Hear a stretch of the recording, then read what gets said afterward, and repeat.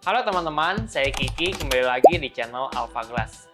Pernah nggak sih kalian mikir kaca mobil itu kan cuma kaca, tapi ternyata ada banyak sekali kasus unik dan bahkan berbahaya yang bisa terjadi pada kaca mobil? Nah, di video kali ini kita akan bahas 3 kasus nyata yang sering terjadi supaya kalian bisa lebih hati-hati dan tidak tertipu. Kasus pertama, ini tentang kaca original, tapi ternyata palsu.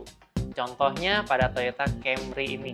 Kaca originalnya seharusnya ada tulisan Toyota dan logo TSG yang digrafir langsung di permukaan kaca. Nah, yang digrafir ini nggak bisa dicopot. Tapi pada kasus ini, tulisan Toyotanya ternyata bisa dicopot. Itu artinya, ini bukan digrafir asli, melainkan stiker. Masalahnya, kalau seperti ini kejadiannya, pembeli telah tertipu oleh pedagang yang nakal yang menjual kaca non-original tapi mengakunya sebagai kaca original. Dan mungkin pembeli membayar dengan harga yang original.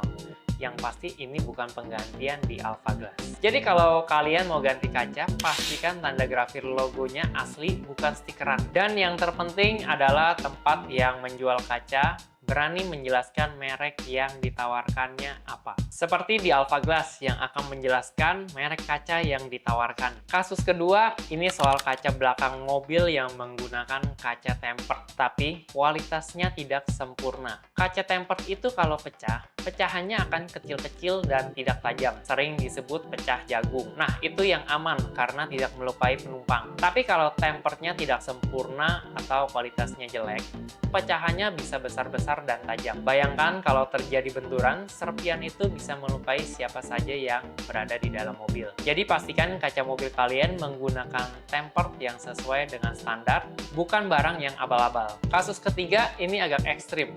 Kaca depan sebuah truk ternyata tidak menggunakan kaca dengan standar SNI. Seharusnya kaca depan mobil itu punya lapisan yang namanya PVB.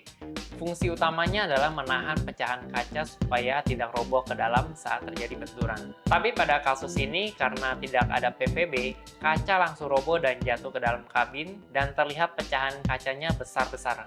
Ini jelas berbahaya, apalagi kalau penumpangnya ada di depan.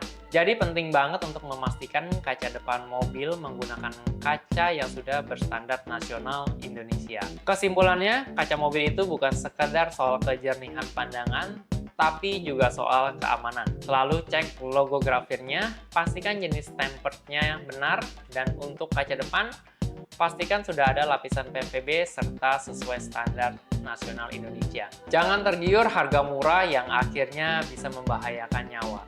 Demikian penjelasan singkat tentang kasus-kasus yang terjadi pada kaca mobil.